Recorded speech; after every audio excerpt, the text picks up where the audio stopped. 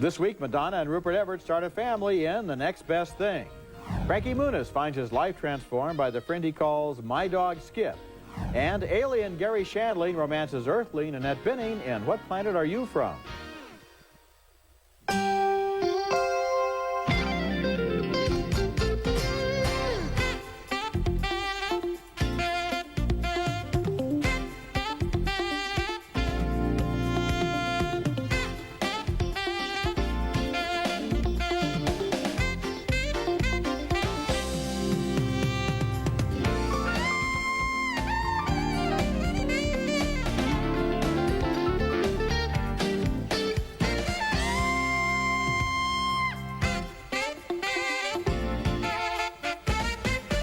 You know Mona dearly? What about her? She was proceeding southbound on Route 9 when apparently her vehicle was involved in a 21107. Police Chief Danny DeVito finds out the most hated woman in town is dead in Drowning Mona, one of 5 new films we'll be reviewing this week. I'm Roger Ebert of the Chicago Sun-Times. And I'm Richard Roper, syndicated columnist for the Chicago Sun-Times. Okay, first movie, and although Mona drowns in the opening scene of Drowning Mona, we see enough of her in flashbacks to understand why almost everyone she knew had a possible motive for killing her. Mona is played by Bette Midler as an unbearably obnoxious citizen of an upstate New York town where everybody drives Yugos. Why Yugos? Well, because of her plank, New York was chosen by Yugo as its first test market, and in the years since then, no one seems to have made enough money to buy a new car. Mona was driving one the day she died, and here is a sample of her personal style. You don't find me attractive no more. Of course I don't, do. You got something going on, don't you, Bill? Don't you? You've been playing Wheel of Fortune with someone else. That's William Fichter as her husband. Like a lot of other local citizens, he's a little slow-witted, and he's cheating on his wife with Jamie Lee Curtis, a waitress at the local diner. Guess what? They're calling Mona's accident a case, which means they don't think that she died because of some slippery road. So? So that means there's an investigation. Casey Affleck and Marcus Thomas play partners in a landscaping business, and the Thomas character is Mona's son. Yeah, I ain't working today. Oh, no, you shouldn't work. You're definitely on a grievance leave, and I'm just coming by to say that I'm really sorry. Yeah, that's great, if that's what you want to tell yourself, yeah. Well, hey, listen, if you ask me, he sounds real broken up about it. I mean, look at him. Yeah, no kidding. Affleck is engaged to marry Police Chief Danny DeVito's daughter, played by Neve Campbell. I love him so much, Dad. I know you do. I'm gonna sort this whole mess out, all right? Okay. Was Mom like this before you guys got married? Well, that was a little different. How's that? Well, no one died then, honey. We can see that Drowning Mona has a first-rate cast, but the characters are so lightweight, so artificial, so superficially manipulated by the wind-up plot that the movie lacks conviction even on its own level. It forgets the comedies should, in a way, take themselves very seriously, and that their characters should think that every gag involves matters that are crucially important, at least to them. Yeah, just because everybody's wacky and eccentric doesn't make the movie funny. No. You mentioned this really good cast, but they're not really good in this movie, I don't think. I think this is Jamie Lee Curtis at her most unattractive, which is hard to do. And Danny DeVito, they give him this little thing where he's into Broadway plays, but it doesn't go anywhere. And a lot of people, each character has like a little quirk, and then they don't go anywhere with it. Yeah. Actually, the funniest running gag is the fact that Mona's son has lost his hand, and there are 6 different versions about how he lost the hand, but in each version he was reaching for a beer at the time. Yeah. That's funny. That was pretty funny. If they had gone into that and left off this whole convoluted superstructure. Yeah, and the stuff with Yugos isn't funny. No. The side characters, the rest of the characters aren't that funny. And even the thing with the dumb guy, I mean, they don't really play with that enough. No. You know, I'm a fan of Danny DeVito, and for that matter, of Neve Campbell, and this time, forget about it. Forget about it completely. Now, our next movie is one you don't want to forget about. It's called My Dog Skip, a sincere and really engaging coming-of-age story. It stars Frankie Muniz from TV's Malcolm in the Middle as Willie. He's a bookworm whose life is forever changed by a Jack Russell Terrier puppy named, well, Skip, obviously. This smart, cute kid and his even smarter and cuter dog team up to battle the school bullies. They court the prettiest girl in town. They fight with the local bootleggers. They even cross the lines of segregation, all during the summer of '42, if you can believe it. Now, Diane Lane plays Willie's mom. She's a free spirit who gives him the dog for his 9th birthday. You mean he's mine? Yep, he's all yours. I hope you like it. Oh, Kevin Bacon plays Willie's dad, a one-legged war veteran who says Willie isn't ready to care for a dog. He keeps the dog for 2 weeks. If there's a problem, I'll take it to the farm myself. Jack, Will deserves this chance. Soon, Willie and Skip are having all sorts of winsome adventures, as in this scene where Willie and his friends train the dog for possible canine duty in World War II. Those are the bad guys. Those are the Germans. Hitler. You want to kill Hitler. Well, until now, probably the only movie with a dog in its title that I've loved is Reservoir Dogs, and I'm not exactly the target audience for this family-friendly tale. But I'm mad enough to admit that I love this movie. My Dog Skip is sentimental without being sappy. It's clever without being contrived. And the cast is so attractive, the writing so sharp that only a hopeless curmudgeon, you know, the kind of person who would actually kick a puppy, could be unmoved by this film. Now, I went into the theater growling and snarling about having to sit through some children's animal movie, but I walked out thinking that maybe I should get a dog, especially if I could find one as cool as Skip. You know, I think it's an interesting point because this is not really a children's movie. It's really... I walked in the same state of mind, but of course it's based on a memoir by Willie Morris, who used to be the editor of Harper's Magazine, and who says that as a child, he didn't have any friends, he was bad at sports, he got a puppy, the puppy was his friend. And you know, at this point, I'm lost, because I had a dog when I was a kid. Really? I did. Blackie. Yeah. Blackie. See, everybody remembers their dog's name. You don't remember your first grade teacher, but you remember your dog's name, right? Well, that was Sister Ambrosetta, but that's another story. Okay. That was the name of my dog, actually. I loved Blackie. And Blackie was my friend. He was a friend in a way that no human being could ever be my friend. And as I began to get into this movie, which plays it pretty straight, I mean, it's not some cute kid movie. Blackie is a Skip is a dog. See, look at that. There's the Freudian puppy slip of all time right there. And Willie is a boy, and they become friends, and therefore, through this dog, he becomes accepted in his community by other kids. And I was touched, and I was moved, and I was surprised how much I liked it. I didn't think I was going to like it at all. I mean, I'm not a yeller old, you know, any of those kind of old Disney-type movies, but you're right. The writing is really good here. And this little Frankie Muniz, who people know now on Malcolm in the Middle, this kid is really good. He's not a cutesy kid mugging for the camera. He's a very attractive young boy and everything, but he plays it straight. And even the dog, they don't overdo it with the stupid dog tricks. I mean, they have a few of them in there. And then you got Diane Lane, who's always great. Kevin Bacon in a Kevin Bacon part. has a couple of great scenes in this movie. Yeah, he really does. And even like the scene with the sports hero who goes off to war, there's this guy who lives next door who goes off to war. Even that, it's a little more surprising and complex than you'd expect from a movie like this. Yes, it is. Coming up later in the show, Rupert Everett is the gay father of Madonna's baby in The Next Best Thing. Coming up next, Gary Shandling is an alien in What Planet Are You From? What kind of guy marries a chick after one date? Didn't you see The Crying Game? Your training will be extensive. Show your interest in the female when she speaks by repeating the phrase, uh-huh. I went to the store this morning. Alien men study the behavior of Earth women in that scene from What Planet Are You From? A spectacularly ill-conceived comedy about a man from space who lands here on a mission to impregnate an Earth female. Gary Shandling stars as the alien who takes the Earth name of Harold Anderson and gets a job in a bank where his best friend is played by Greg Kinnear. Who's that? Oh, that's Rita, office manager. I got her a job.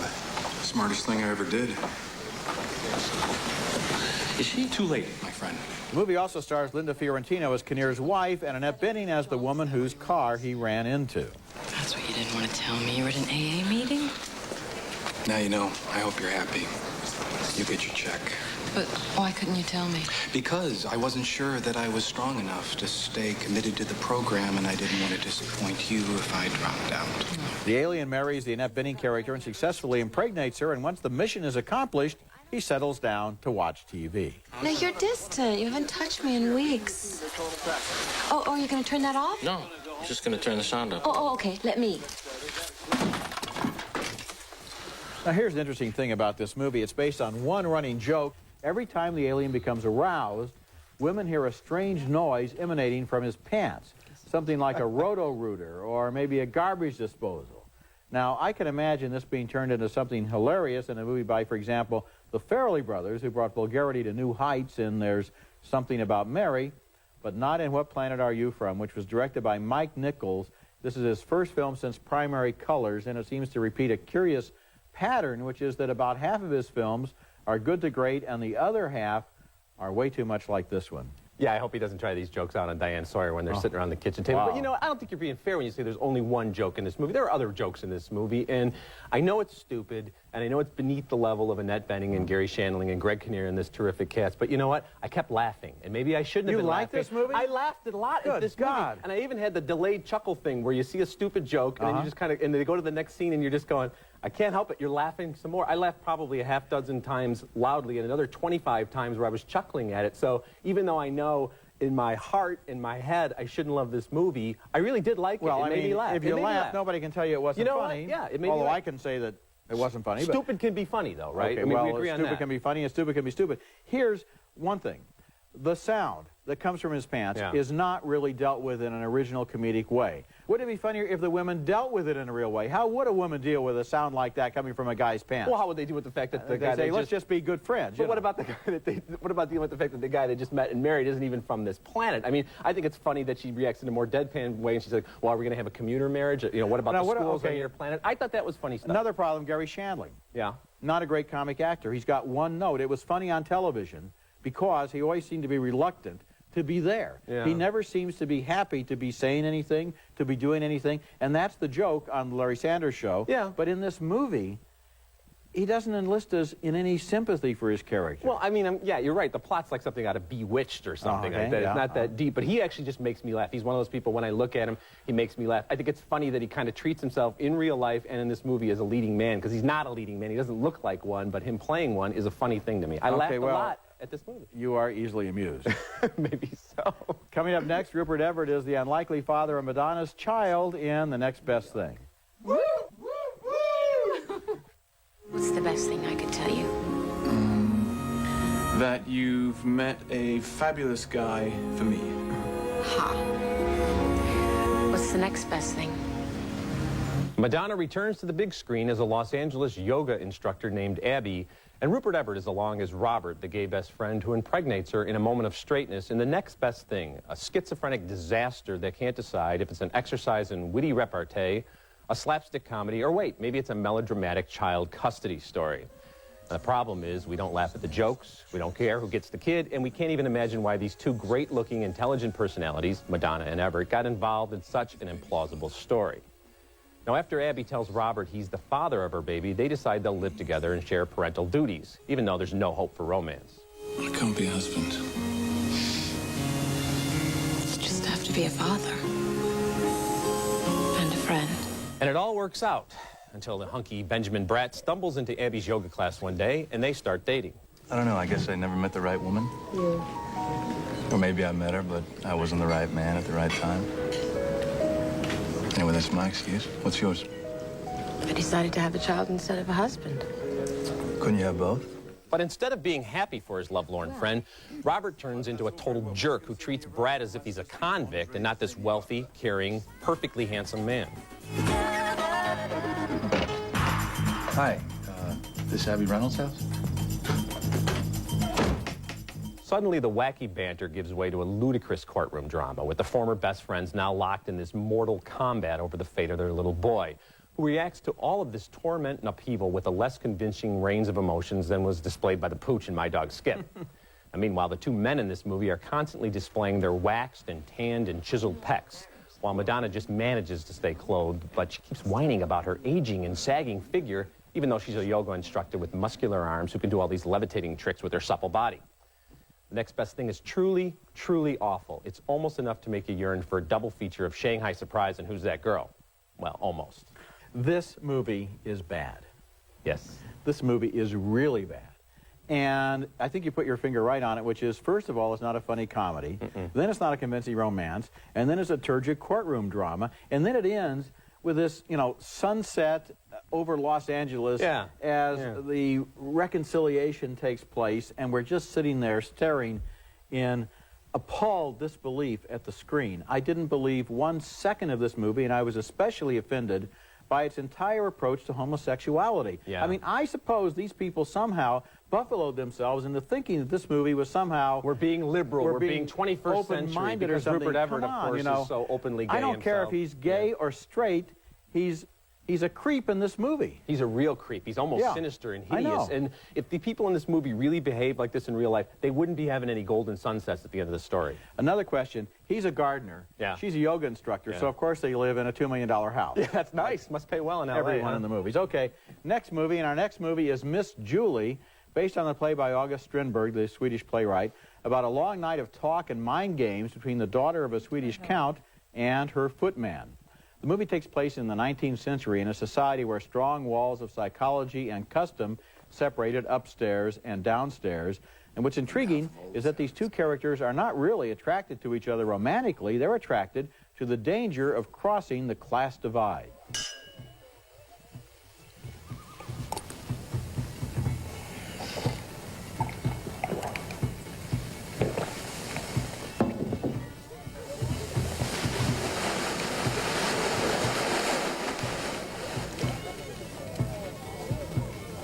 Kiss my shoe. That's Saffron Burrows as Miss Julie and Peter Mullen as the footman, Jean. You might remember him from My Name is Joe. An element of sadomasochism comes into focus as they translate their real-life roles into role-playing scenarios. Do you think, Julie, that a housemaid would behave towards a man the way you have? Have you ever, Julie, seen any woman of my class behave the way you have tonight?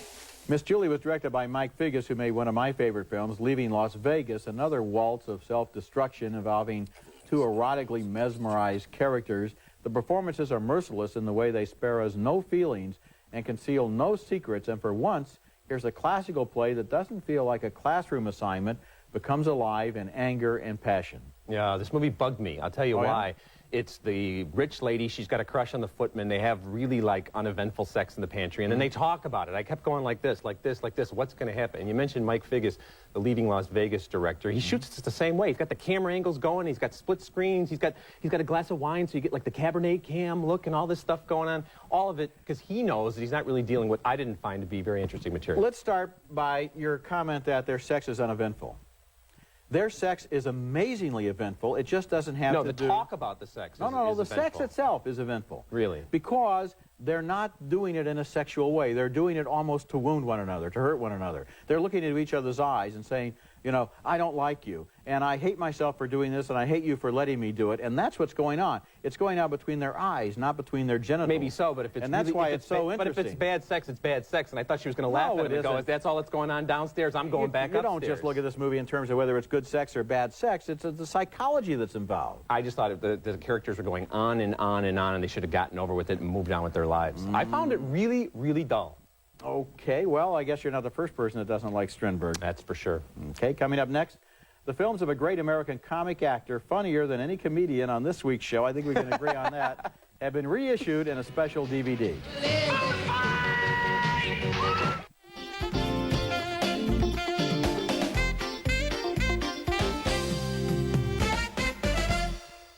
Roger Ebert in the Movies Video Pick of the Week is brought to you by Nestle Raisinets. At the movies or at home, Raisinets.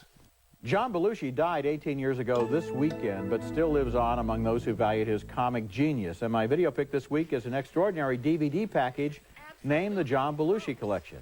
The set includes the collector's editions of 3 of his films, including, of course, National Lampoon's Animal House, which made him into a big star. See if you can guess what I am now.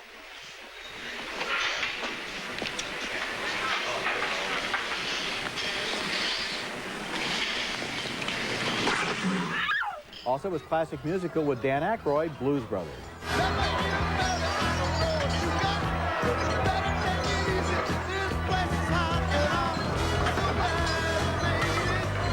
And also included Steven Spielberg's 1941, with Belushi as a pilot in the wrong plane at the wrong time. My name's Wild Bill Kelso, and don't you forget it. What I like about this set are all the extra bells and whistles on the DVDs. 1941 was not a success, but you learn a lot more about it because this package includes a documentary named The Making of 1941 with Spielberg talking about one of his rare flops. It's my video pick of the week.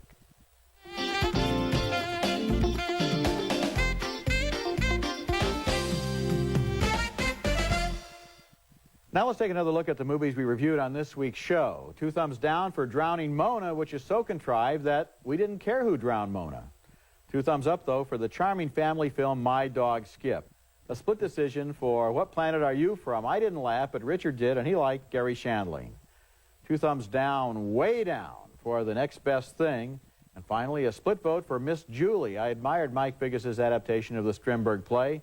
Richard felt it was tedious. I'm still laughing about What Planet Are You From? In my head, I'm laughing. I'm still laughing that you laughed about it. I can't believe it. But we agree on My Dog Skip. Oh, we really like that movie. Thanks a lot for being here. Sure. I'll see you at the office. All righty. Okay, remember, you can hear our reviews on the web, Richard and myself, at ebert-movies.com, part of Go Network and my print reviews, and actually Richard's column, too. They're online at suntimes.com.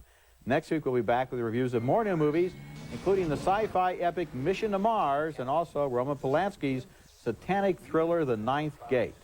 That's next week, and until then, the balcony is closed.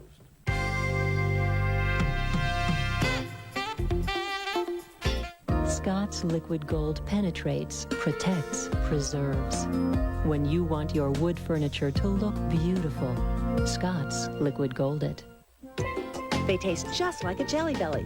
40 fun flavors, 4 calories per bean, 0 fat. It's Jelly Belly, the original gourmet jelly bean. Use Alpha Hydrox AHA treatment to improve the way your skin looks and feels. Bring back that youthful glow with Alpha Hydrox Cream and Lotion for softer, smoother skin.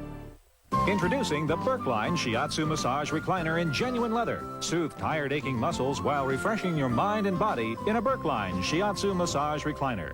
Closed captioning for Roger Ebert in the Movies is brought to you by... At Meineke, save 50% on lifetime brake pads and shoes, backed by a nationwide warranty. At Meineke, you won't pay a lot, but you'll get a lot.